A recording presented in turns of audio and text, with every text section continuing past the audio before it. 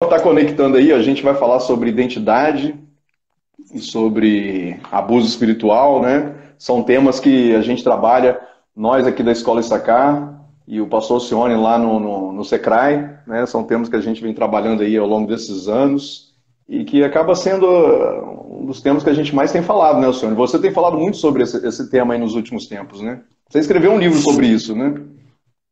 Esse foi o meu último livro que eu escrevi sobre abuso espiritual. Foi o meu último trabalho que eu escrevi. Aliás, muito bom. Eu li.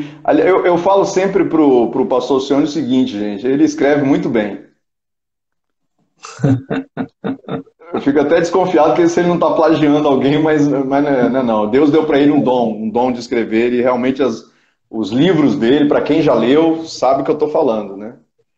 Esse livro aí em especial é muito bom. Você quer começar então, Sione, falando um pouquinho sobre a temática desse livro, do material? Aí depois a gente fala sobre identidade também.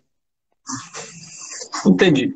Então, eu acho que a temática do abuso espiritual é uma temática bastante atual, pensando talvez num modelo de liderança em algumas igrejas que pode gerar, assim, bastante problema, né?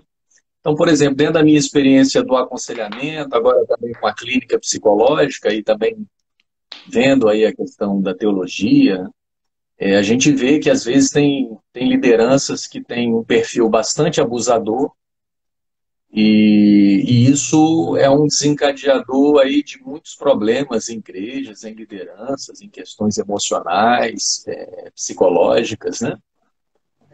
Então eu acho que é um tema atual. Aliás, os meus primeiros livros, né, eram livros que eu escrevi bastante sobre a questão da batalha espiritual. Depois eu migrei um pouco, vendo essa batalha espiritual no campo da religiosidade e também no campo do abuso, né? Eu também escrevi um livro sobre caráter disfuncional, né? O caráter ferido. Uhum. Mas para mim esse tema do abuso espiritual é uma coisa assim, bastante atual pelos problemas que às vezes a gente vive, que a gente escuta nos aconselhamentos. Então, assim, é um tema. Aliás, quando eu faço todos os posts que eu publico lá no Instagram, quando eu coloco alguma coisa sobre abuso, normalmente é um post que tem bastante discussão. Que as Bastante pessoas se participação, né? identificam. As pessoas se identificam, né? Infelizmente, esse tema ele não era muito falado, não era muito comentado, mas graças a Deus de um tempo para cá tem algumas pessoas, e principalmente você, que tem abordado, né, essa temática é tão importante, porque durante muito tempo, estava até pensando sobre isso hoje, a igreja evangélica ela adotou um pouco essa cultura que veio também do catolicismo romano, que é a figura do líder, né, como se fosse um semideus, como se fosse um representante de Deus na terra, e as outras pessoas totalmente dependentes, né, dessa figura endeusada, né? Então, acho que hoje isso tá bem evidente e tem sido também colocado, né, em discussão, né, esse tipo de liderança, esse exercício de liderança que a gente tem observado, né? Sim. Eu costumo falar que todo extremo, eu sempre vejo muito a doença nos extremos. Até quando a gente, em todas as áreas da nossa vida, a doença sempre se manifesta nos excessos. Você vê, Sim. por exemplo, uma educação superprotetora, é um excesso. Uma educação em que um filho é mimado, é um excesso. Ou em que ele é negligenciado. Sempre a doença está nos extremos. Até os nossos afetos, né? A depressão é excesso de tristeza, pânico é excesso de medo. E o campo da fé também. Aliás, tem um ditado que a gente brinca, né? Tem gente que fede mais, fede, ou tem gente que fede menos, né? Então, ou seja, todo excesso para todos os lados, ele vai gerar patologias. E no campo da liderança, se a gente pensa num excesso de liderança, nós teríamos uma liderança abusadora. Nós podemos ter uma liderança passiva, mas nós podemos ter lideranças abusadoras. Por alguma razão, o que acaba se sobressaindo são lideranças abusadoras. São líderes que excedem no seu papel Uhum. de liderança e eles acabam cometendo excessos. Eu acho que é quando a gente se distancia daquele papel do líder servo, né? Porque quando Jesus veio, ele diz que ele não veio para ser servido, mas para servir. Sim. Tanto que quando ele foi lavar os pés dos discípulos, Pedro, né, se nega, né? E ele diz, olha, eu vim para lavar os pés, eu vim para servir. Então ele veio para mostrar esse modelo de liderança. Ele foi até João Batista para ser batizado. Depois ele diz que os seus discípulos fariam obras maiores do que as Sim. dele. Então, me parece que se a gente perde essa visão do líder servo, nós nos tornamos esse líder abusador. Agora, veja, Elmir, é uma coisa que vem muito floreada com versículos bíblicos, com textos fora de contexto, mas Aham. que o resultado final é bastante problemático, né? O resultado final, ele é bastante problemático. O sujeito acaba sendo manipulado, a família.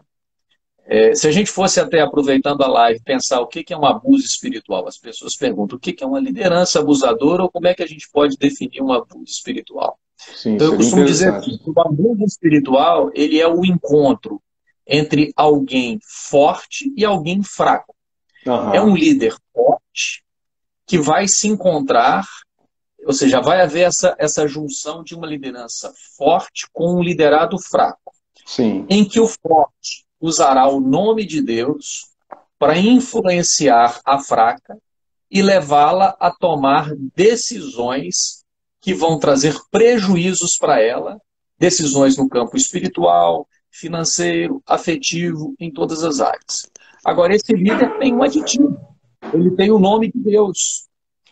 E aí isso já tem um peso muito maior, porque é uma autoridade em nome de Deus. Então já não é eu que estou falando, é Deus que está te falando. Né? Sim. Muitas pessoas até são, às vezes, constrangidas, até com profecias abusadoras, porque não sou eu, é o Senhor que te diz. É como uma irmã uma vez veio falar comigo, né? Alguém vivia entregando palavras para ela, aí um dia ela falou, não, olha, eu não concordo muito. Aí a pessoa falou, você não concorda? Ela diz, então eu te amaldiçoo em nome de Jesus. Então a pessoa falou, eu te Chega a ser amaldiçoo. engraçado, né? E aí, mas se do outro lado você tem uma personalidade fraca, Aham. e é uma coisa que você está colocando, chega a ser engraçado. Agora, por que as pessoas caem nisso? Porque o abuso não se dá no campo do intelecto, por isso. Essa semana mesmo eu estava atendendo uma pessoa, uma professora com alta capacitação intelectual. Sim. Não posso nem dar muitos dados, que às vezes tem gente me Claro, ouvindo, claro. faz isso, Aham. mas debaixo de muito abuso, porque o abuso não se dá no campo do intelecto, o abuso se dá no campo dos afetos, das Sim. carências. Por que eu vou buscar alguém forte para me dominar? Porque às vezes aquele sujeito forte está ocupando um lugar de um pai que eu nunca tive, de alguém que vai me dar uma direção que eu não consigo ter. Então esse cara ocupa esse lugar. Por um tempo é bom. Só que o Aham. custo disso É é que o alto. sujeito, em um determinado momento, ele vai sendo infantilizado, ele vai ficando aquele menino dependente daquele líder. Ou seja, eu acho que essa é a diferença entre paternidade e paternalismo. Sim. Eu acho que existe o papel da paternidade saudável, mas o Aham. paternalismo é esse excesso. O extremo. É. E aí, como é que você vê isso? Então, eu acho que nesse último ponto aí, a gente acabou fazendo o link realmente entre a questão do abuso espiritual e a identidade, né? Sim. Quando você fala sobre as pessoas que se submetem a esse tipo de liderança hiper ostensiva, né? E aí você observa que essas pessoas têm esse tipo de comportamento em todos os ambientes sociais. Isso provavelmente começou em casa, né? Então, assim, o abuso espiritual, ele só é possível numa pessoa que não tem uma identidade definida, né? Essas pessoas, elas acabam se tornando subservientes de outras em todos os campos, inclusive no campo religioso. Só que aí eu percebo que há uma potencialização do abuso no campo religioso, exatamente pelo que você muito bem falou, em nome de Deus, né? A espiritualização do abuso. Isso aí tira das pessoas os argumentos, né? Argumentos que poderiam protegê-las. Igual você deu o exemplo aí, uma professora, quer dizer, uma pessoa intelectualizada, uma pessoa estudada, uma pessoa esclarecida, mas que se submete a esse tipo de abuso por causa da espiritualização desse abuso. Então a pessoa ela fica totalmente indefesa. Aí eu realmente vejo um link, né? Essas pessoas se submetem a esse abuso espiritual porque a sua identidade ela não foi devidamente Sim. fortalecida, né? Ou revelada, né? As pessoas ainda não sabem a sua identidade em Deus. Elas buscam Deus através de outros. É por isso que eu fiz no início esse paralelo entre o catolicismo romano, porque era assim no passado, né? Mas só para terminar a minha parte, a palavra do Senhor é muito clara em dizer que nós somos uma geração santa, uma raça eleita, um povo adquirido, ou seja, nós não precisamos mais de um intercessor, né, como lá no Velho Testamento, né? As pessoas elas não entendem a sua identidade de filhos, porque também não entendem a identidade de Deus como pai, né? Aí fazendo esse link aí entre a identidade e o abuso espiritual, te Sim. devolvo aí a bola para você continuar. Então, mas é exatamente, o abuso se dá no campo das carências. Então, por exemplo, quando você pensa no perfil, como é que funciona o perfil de alguém que se submete a um abuso? Ele pode ser em duas áreas. Primeiro, pessoas que nunca tiveram um pai, uma Sim, direção, então elas acabam tendo um buraco afetivo, então elas vão buscar em outro lugar esse pai.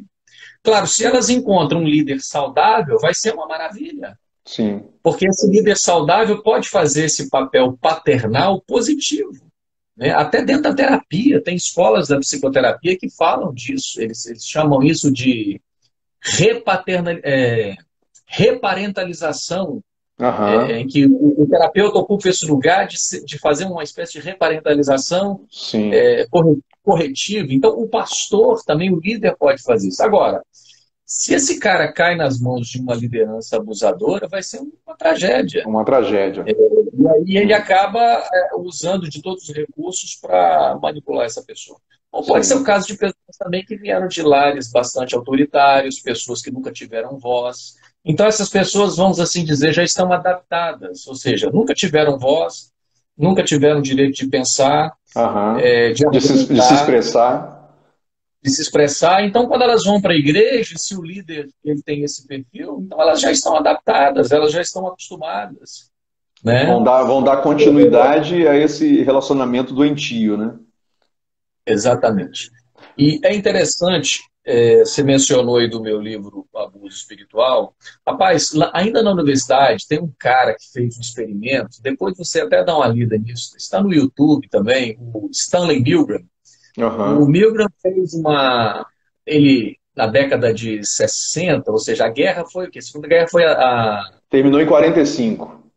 45. Então, ele quis investigar, eu até coloco esse experimento do Milgram, por que, por que, que a Alemanha se envolveu em tamanha atrocidade? E mais do que isso, porque ele dizia o seguinte: o Hitler sozinho não poderia fazer tudo aquilo se ele não conseguisse convencer o Uma país a nação fazer. inteira, diga-se de Uma nação. passagem, né? Então ele faz esse questionamento. Ele pergunta assim: até onde vai a autoridade de um líder? Até onde vai Aham. a influência? Porque só um homem só não poderia fazer isso, não poderia fazer esse Sim, estrago. E ele verdade. fez um experimento, eu vi, muito interessante.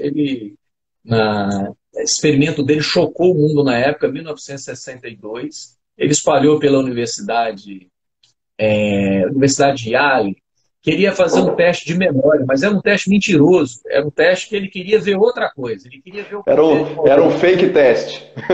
Era um fake teste. E aí, qual era a ideia dele? Eu vou inventar um teste. Qual era a invenção dele? Que as pessoas aprendem melhor quando são punidas por algum erro. Então, o que ele fez? Ele espalhou, até pagou para as pessoas, quem quisesse participar, tinha um cachezinho, e aí ele conseguiu Sim. juntar, ele conseguiu pegar 40 pessoas para participar dessa pesquisa. Uhum. Daí ele criou um laboratório fake em que ele botou alguém lá, que era alguém do grupo de pesquisadores de jaleco branco, como se fosse o professor, e aí a pessoa que vinha ficava lá dentro de uma sala, o professor ia repetindo palavras, só que alguém que ficava lá dentro da sala já era alguém, já era coisa Já estava tudo armada, combinado, tudo armado. já estava combinado entre o professor e o cara lá dentro. Só que o cara que era o cobaia, que estava ali, que não sabia de nada, ia repetindo as palavras para o outro repetir lá dentro. Então você sim. citava palavras e quando o cara errava, qual era a ideia? Você tinha que dar um choque. Aham.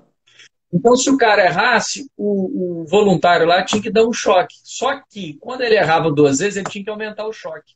Se ele errava 3 vezes, ele tinha que aumentar o choque. E o cara lá dentro errava propositalmente. Porque o que, Sim. que o Stanley Milgram queria ver? Ele queria ver até onde o cara iria dar o choque. A Aham. mando do cientista-chefe que estava ali. Ok. Então, você entendeu o cenário que ele Entendi. criou? Ele fez uma experiência Então, exatamente empírica e nesse sentido aí, para entender até a amplitude desse abuso. exatamente. Então ele botou lá o cientista lá, entre aspas, que era fake, dizendo O para o cara fake. assim, bom, ele errou, dá o choque, primeiro choque. Aí o cara lá dentro errava de propósito, aí ele falava, dá o segundo choque. Os choques iam até 450 volts. Na Uau. época, o Milgram reuniu os psiquiatras, vários psiquiatras, e perguntou assim, quantos por cento dos meus candidatos vão até 450 volts a mando do cientista? Ele queria saber o poder da autoridade. Os Sim. psiquiatras, na época, disseram que 1% iria até o fim. 1% dos voluntários pelo percentual da população sádica Aham. dos Estados Unidos. 65% dos voluntários deram o último choque fatal de 450 volts a Uau. mando. E aí ele mostrou que Ele ah, provou até que ele ponto a provou. liderança exerce esse tipo de influência, né? Exatamente. E aí, interessante, porque eles começaram a fazer perguntas do tipo: por que você foi até o choque fatal? Ah, porque me mandaram. Ah, porque o cientista. Quando o cara se negava, o cientista falava assim: você precisa dar o choque. A ciência precisa evoluir. Aham. É necessário que você dê. Você Em aceitou nome da participar do. ciência. Em nome da Em ciência. nome da ciência. É tipo Exatamente. em nome de Deus. Isso. E aí a pesquisa dele chocou o mundo e ele conseguiu mostrar o poder que um líder tem. Agora veja, no campo espiritual nós temos um agravante ali, foi em nome da ciência. Aham. Nós temos o nome de Deus. Ou seja, o cara foi capaz de dar um choque para matar o outro em nome da ciência, porque o cara estava Sim. errando. Porque uma autoridade mandou. Aham. Então, eu usei essa pesquisa do Milgram para mostrar a força que nós líderes temos na medida em que nós falamos alguma coisa, damos algum comando, alguma ordem, alguma coisa assim, isso pode ter uma repercussão muito grande. Sim. Você estava falando aí, eu estou me lembrando, eu acho que todos que estão aí assistindo devem se lembrar também, aquele caso de sequestro, assassinato e sequestro que aconteceu lá em Estocolmo, há umas 2, 3 décadas atrás, e que se tornou um estudo de caso, né, na psicologia conhecido como Síndrome de Estocolmo, né, que foi aquela relação da menina, da moça, né, que foi sequestrada. Ela foi mantida em cativeiro por muito tempo, eu não lembro quanto tempo, mas por muito tempo. E depois de muito tempo, ela acabou se afeiçoando ao seu algoz, ao seu maltratador, ao seu sequestrador. Tanto que quando o cativeiro foi descoberto, essa menina ela apoiou aquele que estava abusando dela. Então a gente percebe que, levado ao extremo, essa questão do abuso, inclusive, promove esse tipo de relação. A pessoa não apenas se submete a esse tipo de comando, no caso da ciência ou no caso da religião, como também se afeiçoa de uma tal forma a esse líder abusador que acaba se tornando uma certa forma de um zumbi. A pessoa perde totalmente o poder de reflexão, de filtro, de percepção das coisas. E penso, inclusive, Alcione, que é isso que é a base das seitas, né, das falsas religiões. Isso aí a gente faz um link, né, entre isso que a gente está conversando e o que Jesus fala lá em Mateus 24, por exemplo, né, que o maior sinal, né, antes da sua vinda ao mundo seria exatamente isso, o engano dos falsos mestres, dos falsos profetas, né, dos falsos líderes, né? Então a gente percebe que talvez hoje, até por causa da crise de identidade que o mundo vive, talvez seja o maior cenário da história onde é possível esse tipo de promoção de abuso, né? Então a Síndrome de Estocolmo, ela explica um pouco essa questão. Você vê alguma relação realmente com isso que eu falei? Então, é aquilo que eu falei, como o abuso se dá no campo das carências, no campo dos afetos, o sujeito aceita isso porque ele tem um ganho de um pai espiritual, de alguém que vai assumir as responsabilidades dele, que vai dar decisões, que vai viver a vida dele. Então ele tem ali um ganho afetivo, uma atenção que ele nunca teve em casa, né? Tanto que às vezes a pessoa vai para uma igreja. Veja, para cada. Na verdade, assim, a gente busca um líder que tenha a ver com uma identificação nossa. Às vezes o cara vai para uma igreja, para uma comunidade em que se dá muita liberdade, ele acha estranho. Ele diz, eu acho que esse lugar aqui não é muito bom e tal. E aí, mas se ele vai para um lugar que tem muito controle, ele fala, aqui realmente eu acho que aqui é o meu É o meu lugar e lugar, tal. eu me sinto bem E aqui. aí, exatamente. Então ali ele começa a entrar nesse processo, então ele tem um ganho ali inicial. Então, por mais que ele, de repente, comece a ficar debaixo desse jugo, ele tem ainda um ganho maior, é uma balança. Eu acho Sim, que ele só vai pensar em deixar esse lugar se essa balança se desnivelar, mas enquanto o ganho afetivo for maior do que as outras coisas que acontecem com ele, ele ainda permanece. uhum. Então, veja, quando há uma situação como essa que você colocou e outras em que o sujeito se submete a isso, veja, pessoas altamente intelectualizadas, pessoas formadas, mas pessoas com um buraco afetivo muito grande, eles acabam se submetendo a isso por causa dessas migalhas de afeto, de atenção que esse líder dá. Mas o estrago lá na frente é grande. A gente tem Sim. que tomar muito cuidado, isso é uma coisa que eu sempre falo, o desenvolvimento humano, quando a gente pega o desenvolvimento humano, até a palavra desenvolvimento, desenvolvimento. O que é desenvolver? É desenvolver, ou seja, é se afastar do envolvimento. O Uhum. ser humano, desde que ele é gerado inicialmente, ele está na completa dependência do pai e da mãe. A gente chama isso de simbiose, ou seja, Sim. ele está em simbiose com aquela mãe, diferente de outros animais, e às vezes o bichinho já nasce, já está pronto. O bebê ele está na mais completa dependência ali da mãe e do pai. E por E na muitos medida em anos, que ele né? vai. Uhum. Hã? E por muitos Isso, anos. exatamente. E na medida em que ele vai crescendo, ele precisa ir alcançando essa autonomia. Por isso que uma coisa muito trágica na educação é quando um pai e uma mãe super protege. Veja, novamente o excesso. Super Super. protege. Porque o que é a super proteção? É você barrar esse desenvolvimento. Então, o ser humano vai se desenvolvendo até a sua completa autonomia, né? Ele vai crescendo a sua completa autonomia. Agora, o que é o abuso? O abuso, na verdade, é o retrocesso do desenvolvimento. É tornar esse sujeito completamente dependente desse pai e dessa mãe, não permitindo a ele desenvolver, se crescer, desenvolver os seus repertórios, sua autonomia. Então é aquele liderado que tudo ele tem que perguntar, o líder diz, olha, qualquer coisa que você fizer, você tem que me perguntar, você tem que falar. Ou seja, é o excesso. Na verdade, É, assim, o que a gente está combatendo aqui é o excesso. A autoridade sim. espiritual em si, ela é altamente necessária. Todos nós estamos numa sociedade, na igreja, em que nós temos autoridade. Você vai numa pastelaria, você tem o cara do outro lado ali que está servindo pastel, que ele é uma autoridade independente de quem você seja. Toda a sociedade é organizada num papel de autoridade. Agora, o excesso é que é o problema. E essa liderança, o que ela promove é essa infantilização do sujeito. Sim, exatamente. Alguém perguntou aqui se a live vai ficar salva. Vai sim, a gente vai deixar salva aqui para vocês verem depois. Mas, Alcione, a gente percebe, né, realmente a evidência, né, desse abuso, né, em consequência das pessoas que vivem essa crise de identidade. Você é uma pessoa que viaja bastante, né, pelo Brasil e fora também, e você tem constatado muito dessa situação, tanto que, né, isso te motivou a escrever o material. Como que você vê, de uma forma geral, a liderança evangélica no Brasil hoje? Vamos trazer para o nosso particular, porque assim, existe a liderança saudável, existe a liderança não saudável. Por exemplo, esses exemplos que você deu aí, eu já vi dentro de um movimento que aconteceu no Brasil, bem recente, inclusive, não vou citar o nome aqui, mas as pessoas chegavam ao nível de submissão de ligar para o líder, né, para o líder, para perguntar se deveria comprar um presente de casamento para a esposa, ou para perguntar a cor do carro que deveria comprar.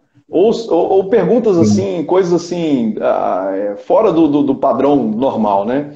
Então, isso foi dentro desse movimento, mas a gente percebe várias outras coisas, outros movimentos, digamos assim, onde a gente percebe esse tipo. Por exemplo, o extremo que aconteceu foi aqui no município da Serra, uns anos atrás, daquele cara que não sabia ler direito e ele leu na Bíblia e fez uma interpretação de que ele deveria adulterar e ele teve relação sexual com várias irmãs da igreja, né, permitidas pelos próprios maridos. Então a gente vê esse tipo de extremo. Mas de uma forma geral, você percebe que há realmente essa liderança doentia e esse corpo doentio no Brasil? Como você tem enxergado isso hoje, de uma forma geral, né, sem particularizar?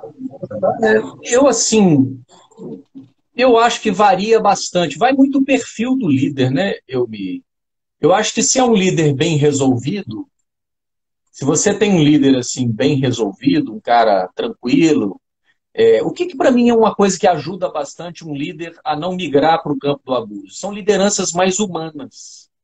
Se você é um líder que sabe conciliar espiritualidade com humanidade, então a questão do abuso fica mais distante.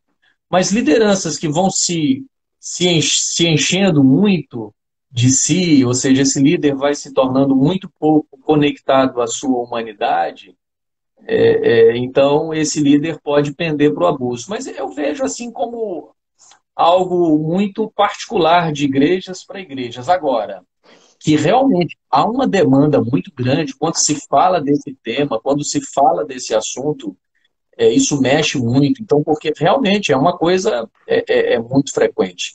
Há uma passagem na Bíblia, eu uso esse texto em 1 Pedro 5, de 1 a 4, quando Pedro fala aos presbíteros, né? Lá no verso 1 ele diz assim: rogo, pois, aos presbíteros que há entre vós. Agora, olha que interessante eu vi. Que há entre vós, eu, presbítero, como eles. Você veja, o cara ele já nivela, né? Presbítero como eles. Não tem esse negócio de um maior, outro menor. Eu como eles. Quem está falando aqui é Pedro. Sim. Né? Quem está falando é o Pedro. E testemunha dos sofrimentos de Cristo e ainda co-participantes da glória que há de ser revelada. Aí Pedro fala, olha, pastoreai o rebanho de Deus que é entre vós, não por constrangimento, mas espontaneamente. Nem por sorte da ganância, mas de boa vontade. E aí ele fecha dizendo, nem como dominadores dos que vos foram confiados, antes tornando-vos modelos do rebanho. Eu acredito que a questão do abuso é uma tentação que está dentro de nós. Assim, eu acho que todos nós temos um pouquinho desse abuso. Todos nós temos um pouquinho desse abuso, uns mais, outros menos. Na minha história, eu vim de um contexto de bastante abuso, mas depois eu me vi praticando abuso, né? Eu vou dizer para você que de vez em quando a minha esposa fala para mim, para de abusar de mim. Mas nós temos essa coisa do controle. Eu não sei porque a gente, como é filho de Deus... Eu acho que isso é muito cultural também, né, Sônia? A nossa cultura, né, brasileira, ela forja isso, né? Forjou isso em nós, né, de uma certa forma. E a cultura evangélica Sim. também, né? Então, aí nós, como a gente é filho de Deus e Deus é Deus, ele controla, ele é soberano, a gente começa também a querer a controlar pessoas. E a gente tem que ter esse cuidado. Existe um respaldo bíblico para isso. Deus falou assim, dominai, né? Dominai. Então, alguns podem pegar, eu estou dominando, Deus falou para dominar. Sim. Mas só não entende a interpretação, né? Exatamente. Então aí as pessoas começam a entrar nesse esquema de controlar a vida do outro mesmo. Né? Eu já vi muito, e incrível, a gente vê esses exemplos de coisas absurdas, e a pessoa fica ali debaixo daquele jugo e sofrendo tudo aquilo, porque é Deus que está falando, é o Senhor e tal, mas, e aí quando você explicita, né, sobre esse assunto, normalmente as pessoas se assustam, elas agradecem, porque elas veem que de fato elas estão ali debaixo de um jugo muito, muito violento. E a religião tem esse peso, né, cara? Sim. A religião talvez mais do que qualquer outra vertente, né? Mais do que a ciência, mais do que... Porque envolve o campo da fé, né? Algo virtual, não é palpável, não é explicável, enfim. Alcione, se você me permite, eu queria Eu queria Pode falar. falar um pouco aqui sobre identidade, né? Porque se a gente Sim. percebe que há uma relação entre um tema e outro, quando nós trabalhamos sobre esse tema da identidade, né, a gente pega como base o texto lá do Salmo 139, né? Parafraseando, Davi diz assim: quando eu ainda era uma substância informe, não vendo a minha mãe, quando nenhum dos meus ossos existia, o Senhor já tinha escrito no seu livro cada um dos dias da minha vida. Então a gente percebe que nesse ponto, né, Deus já tem um plano eterno para cada um de nós, né? A gente costuma dizer o seguinte: tem um livro escrito a nosso respeito, mas existem pelo menos três livros, que é o livro da proposta de Deus para a nossa vida, mas como ele nos criou a sua imagem conforme a sua semelhança, e uma das características de Deus é o livre-arbítrio, o poder de decisão, nós temos um segundo livro na nossa mão, que é o livro das nossas atitudes, das nossas ações, aquilo que nós decidimos fazer na nossa vida, né? Isso é corroborado, inclusive, pelo que Paulo ensina lá em Gálatas 5, aquilo que o homem, não se engane, aquilo que o homem plantar, isso ele colherá. Então a gente vive a nossa vida é causa e efeito, né? Nós fazemos e colhemos lá na frente aquilo que nós fazemos. E o terceiro livro é aquele livro lá de Apocalipse que fala sobre o livro da vida, que o nosso nome vai estar escrito ali no livro da vida, né? Então, assim, fiz um resumo bem rápido assim sobre essa questão da identidade. A gente percebe que quando as pessoas não entendem o propósito de Deus na vida delas, a identidade que Deus deu para elas, né, que como diz o Salmo, né, desde a eternidade, então as pessoas elas ficam muito suscetíveis a várias situações, inclusive essa situação do abuso, porque uma pessoa que não tem uma identidade definida por Deus, ou pelo menos não tem essa convicção da sua identidade de filho de Deus, ela se sujeita a muitas situações extremas, né? E a gente percebe que Jesus, ele, o tempo inteiro, ele fez questão, você falou a questão da humanidade, ele nunca abriu mão do título maior dele, que ele mesmo autodominava, que era filho do homem. E muitos homens querem ser Deus, mas Jesus o tempo inteiro confirmava: eu sou filho do homem. Ele gostava dessa nomenclatura para ele mesmo, né? Então a gente percebe que essas pessoas sem identidade, elas não só se sujeitam ao abuso, mas elas também se tornam abusadores exatamente por não entender Sim. esse nivelamento que você citou de Pedro, que todos nós somos filhos e estamos no mesmo nível. Mas só que aqui no Brasil, principalmente no Brasil, essa questão dos cargos hierárquicos, eles alcançaram um patamar tão grande que as pessoas perderam totalmente o sentido. Por exemplo, ser um apóstolo é estar acima de todos os outros ministérios, né? Por exemplo, para encerrar minha parte aqui, para finalizar esse meu raciocínio, há uns Não, três fica à anos vontade. atrás, eu fui ministrar numa igreja e foi muito interessante, né? No final, o líder daquela igreja perguntou para mim assim: você já é apóstolo? Tipo assim, você já é apóstolo? Como assim? Você deveria ser, né? Você já é apóstolo? E eu respondi: não, não sou apóstolo, não. Aí ele: não, Rapaz, falando em porque. apóstolo, tem um apóstolo aqui no nosso meio, a Eurípides, está Ó, aqui assistindo a gente. Grande apóstolo. seja bem-vindo, apóstolo. Apóstolo Então, Eurípides, está nos assistindo, hein? amém. Ah, Eu respondi para ele assim, eu falei: não, não sou apóstolo. Ele falou: então tá, porque eu vou passar para a tesoureira ali o valor da sua oferta. Se você fosse apóstolo, a sua oferta era 1.200. Mas como você ainda é pastor, é 500. Aí eu perguntei para ele: e se eu fosse só um levita, um tocador de violão? Ah, meu irmão, aí seria só 200. Cara, eu achei que ele estava brincando, mas ele estava falando sério. E eu fiquei muito assustado com isso, né? Porque isso demonstra para nós como que essa questão do abuso ela se tornou uma coisa assim absurda, né? Então assim é engraçado, mas aconteceu. Ninguém me contou isso, aconteceu comigo e era verdade. Infelizmente a fala do irmão era verdadeira. No final eu nem aceitei aquela oferta não, porque eu falei: meu irmão, eu não quero não. Deus abençoe. Reveste aí pro missões da igreja. Eu não me senti nem à vontade, porque realmente é um disparate muito grande. O que você acha mas, disso? mas se você quiser, nós vamos marcar o culto para te ordenar apóstolo, aí você vai parar de ter esses problemas. Rapaz, olha, bom, financeiramente até que parece ser interessante, mas eu prefiro não. Ô, Elmi, é interessante, você falou uma coisa interessante, né, quando você toca na questão da identidade. Uhum, Por que que grande parte ou um percentual dos líderes brasileiros migraram para a questão dos títulos, né?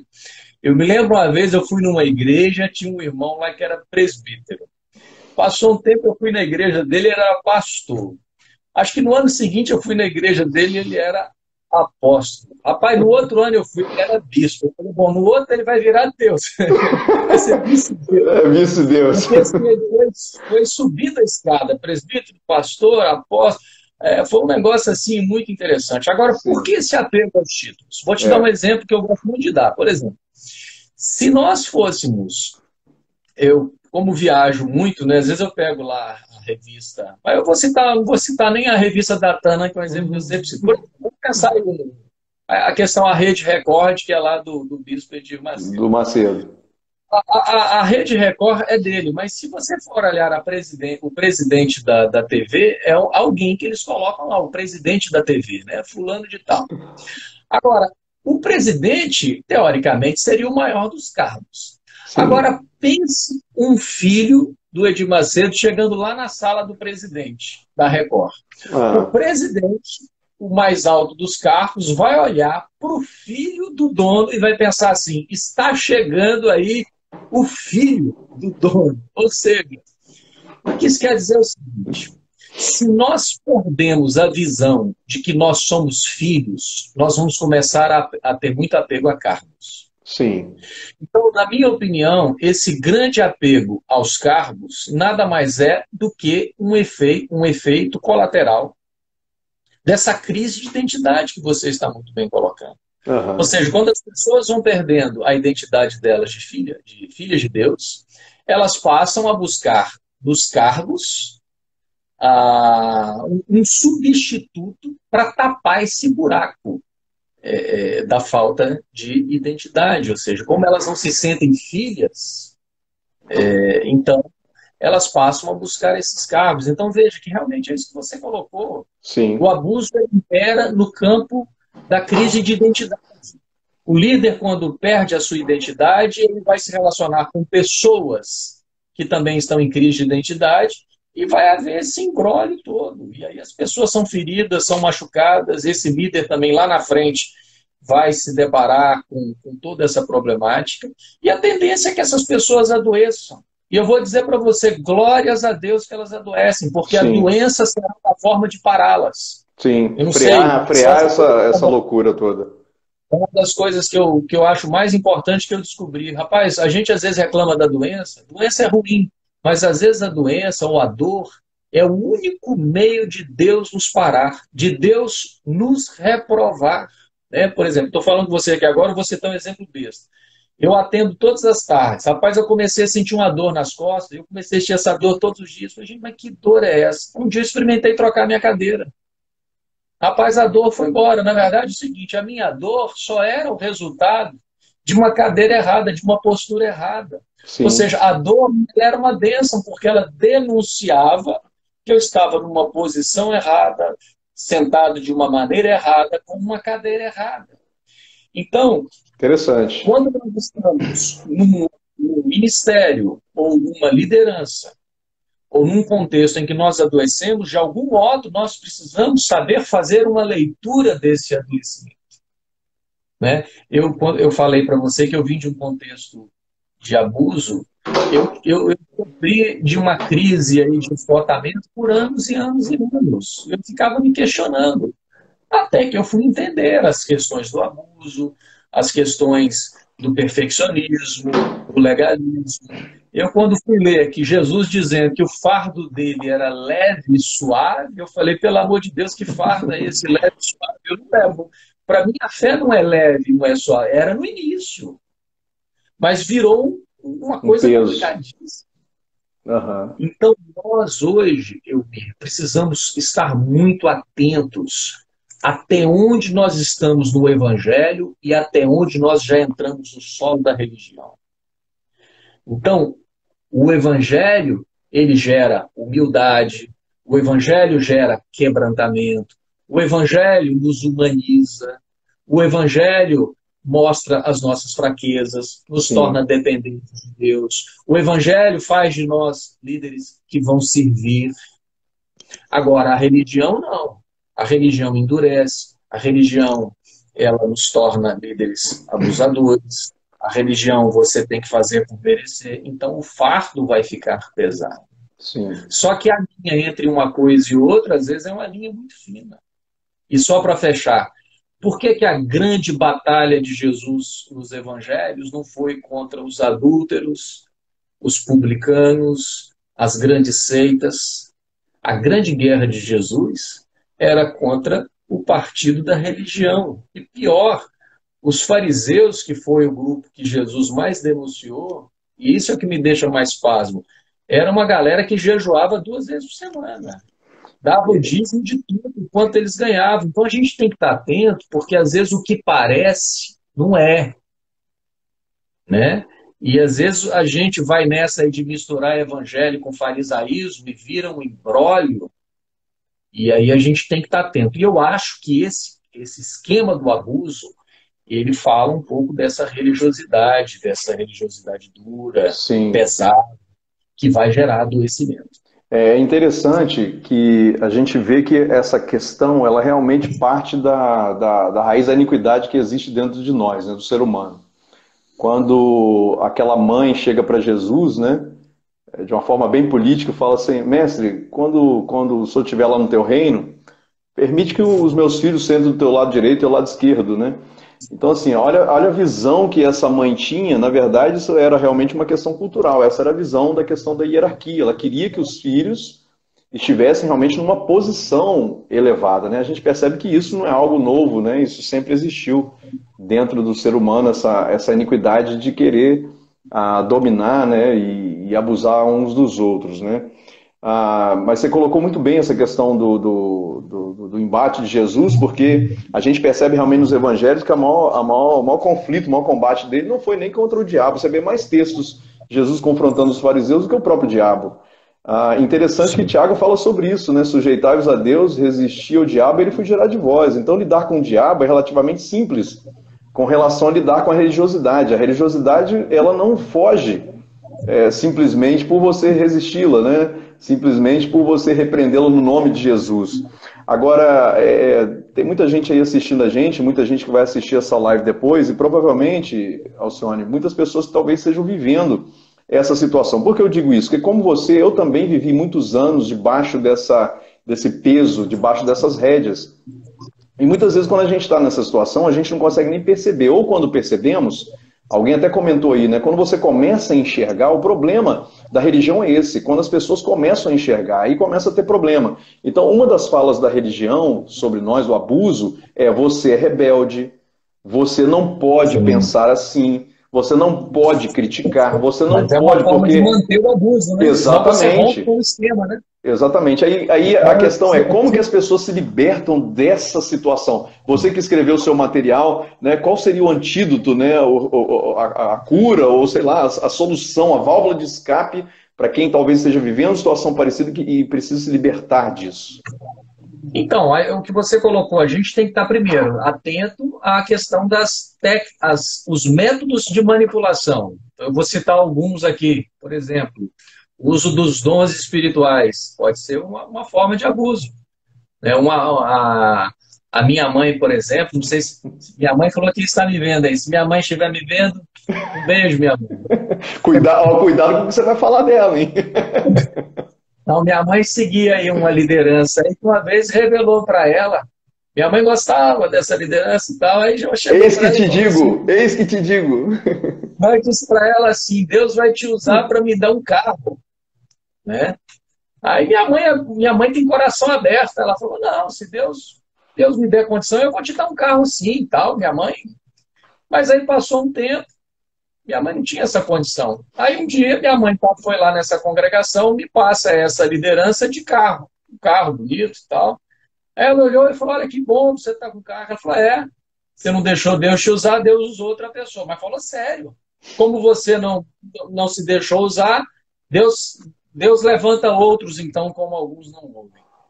E isso, ela ficou assim, minha mãe ficou profundamente triste com isso, até veio falar isso comigo, chorou bastante, mas veja, é uma clara manifestação de um abuso, de Manipulação. alguém que vai usar um dom para extorquir, como tem Sim. outros casos. Há um tempo atrás, uma pessoa me ligou que alguém, ela foi num culto aí, num curso, não sei, e a pessoa fez lá um apelo de oferta, ela para dar o apartamento dela para uma oferta de resgate. Aí a liderança ficava ligando para ela, e aí, quando é que você vai sair do apartamento? Ela, calma, eu tô vendo um para alugar, mas eu vou sair. Ela ia alugar um apartamento para entregar o apartamento. Uau! Aí E a liderança pressionando.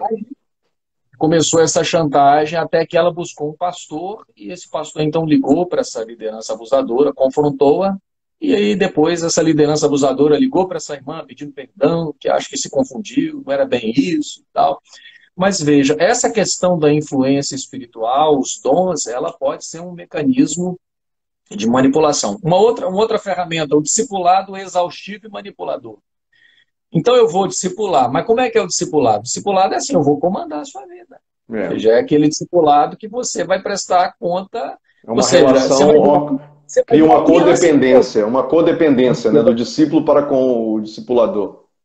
Então, o meu filho, hoje ele tem 13 anos, ele ainda me deve muita prestação de conta, mas com 5 ele tinha que pedir tudo. Hoje ele tem 13, alguma coisa, mas quando ele tiver 20 anos, ele me ligava, pai, eu posso ir ali na casa do fulaninho, vocês têm coisas que já não depende mais, ele já cresceu. Mas parece que esse modelo, em alguns contextos de discipulado, quando é um discipulado manipulador, é um discipulado que vai levar o sujeito novamente para a infância. Sim, infantilização. De infantilização. Uma outra forma de abuso é o exclusivismo, é achar que a minha igreja é melhor ou mais espiritual que todas as outras.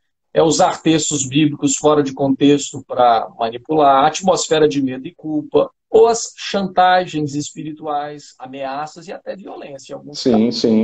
Eu acho assim, se nós temos clareza que nós estamos debaixo de um abuso, cara, eu acho assim, o reino de Deus, ele é muito amplo.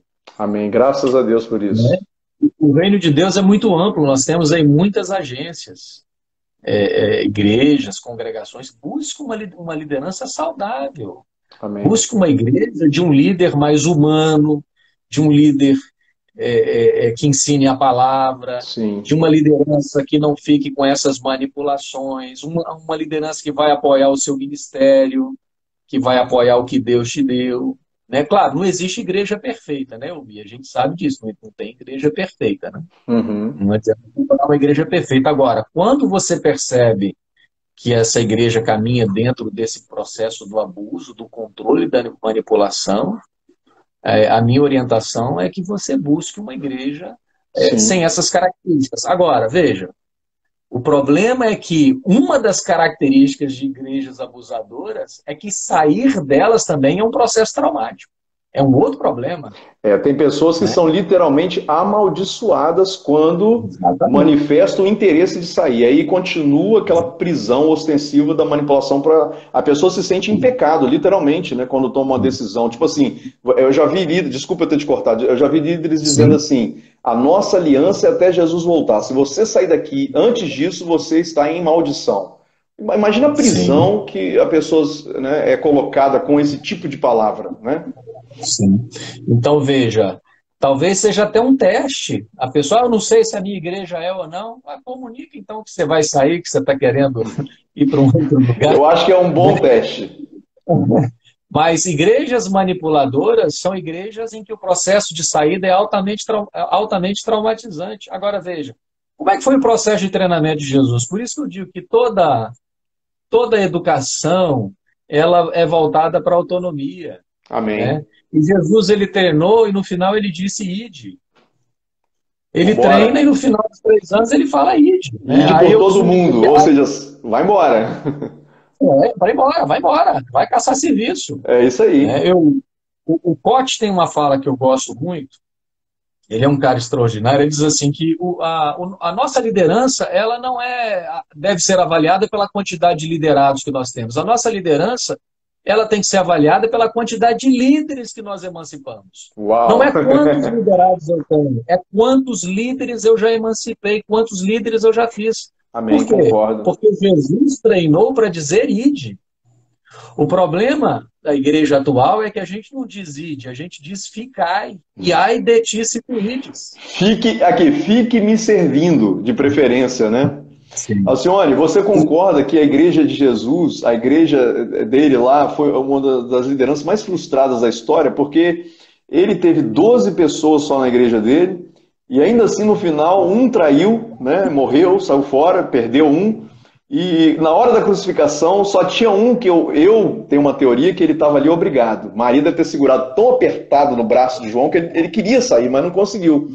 Enfim, Jesus foi um líder frustrado desse ponto de vista, né? E aí você vê esse tipo de liderança abusiva trabalhando apenas com a questão numérica, né? E quando você trabalha apenas com a questão numérica, você perde a identidade, porque a identidade não tem a ver com coletivo, a identidade é individual, né? Então, essa liderança numérica, essa liderança megalomaníaca, ela não respeita a identidade das pessoas. E aí você vê uma coisa totalmente contramão que Jesus fez. Jesus trabalhou com 12 pessoas, poderia ser considerado o cara mais frustrado da história, porque no final, né, ali na crucificação, praticamente nenhum deles ficou. Mas, no entanto, nós estamos aqui hoje em torno desse evangelho, que foi um evangelho pregado por Cristo, que respeitou a identidade, trabalhou com João, filho do trovão, né, com Cefas, que se torna Pedro. Jesus ele foi trabalhando com a identidade dos seus discípulos, né, e empoderando a identidade deles. Aí, como você bem falou, né, ide por todo mundo. O trabalho de Jesus durou 3 anos e meio, né, mas foi o suficiente para fazer esses caras trabalharem até o final da vida e entregar a sua vida por essa causa.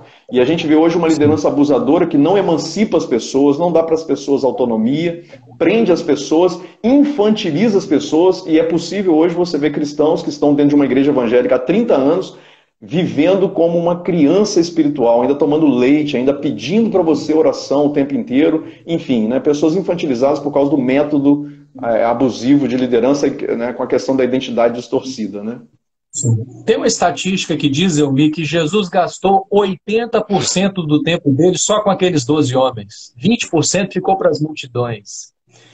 Incrível, E né? veja, em Atos, quando eles se reúnem, está lá em Atos 2, eu acho, Atos 1, que diz que era a assembleia composta de 120 pessoas. Então, ele tinha os 12 mais próximos, mas tinha aqueles 70 e tal. Então, em Atos, na verdade, nós temos o número total da igreja que ele teve. Sim. 120 pessoas. Então, de fato, Jesus teve um foco muito maior na qualidade, na relação, nesse discipulado um a um, grupos menores, não para abusar, porque ele mesmo não se colocou neste lugar, em nenhum momento, né? Pelo contrário, ele se colocava como servo, e ele emancipou seus discípulos. Mas vou lembrar aqui uma frase da minha querida líder Neuza Tioca, uma pessoa que eu tenho um carinho muito grande por ela. Todos nós Neuza, temos, uma né? vez eu vi uma palestra dela, ela dizendo o seguinte: alguém um dia chegou para ela e perguntou para ela: Neuza, você tem pessoas, líderes que caminham com você há 20, 30 anos, como é que você consegue? E a pessoa falou assim: eu preparo os meus líderes, preparo, quando tá bom, ele vai embora. Aí preparo de novo, quando tá bom, ele vai embora. Aí a pessoa perguntou assim: qual é o segredo para ter líderes assim do seu lado, tanto tempo? Aí ela olhou com a simplicidade dela e falou assim: eu não sei, irmão.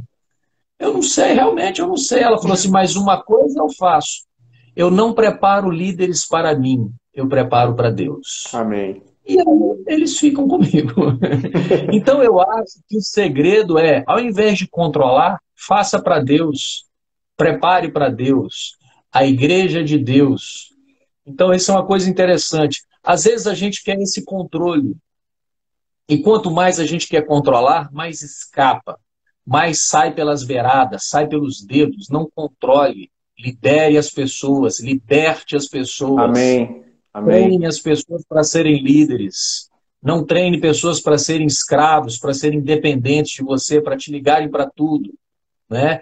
Eu acho que o segredo não é nem a dependência e também nem a independência. Eu acho que é a interdependência. O equilíbrio. É uma liderança saudável, é o equilíbrio. Sim. Um relacionamento, né? Um relacionamento saudável. Isso, é como um filho quando cresce, ele vai ter o pai como um conselheiro, um amigo. Ele vai ter o pai como que vai ligar, e aí, pai? Mas é uma coisa, não é impositiva. Se você não não é fizer pesado. isso, você é do capeta. Se você não fizer isso, você... Não, é um relacionamento.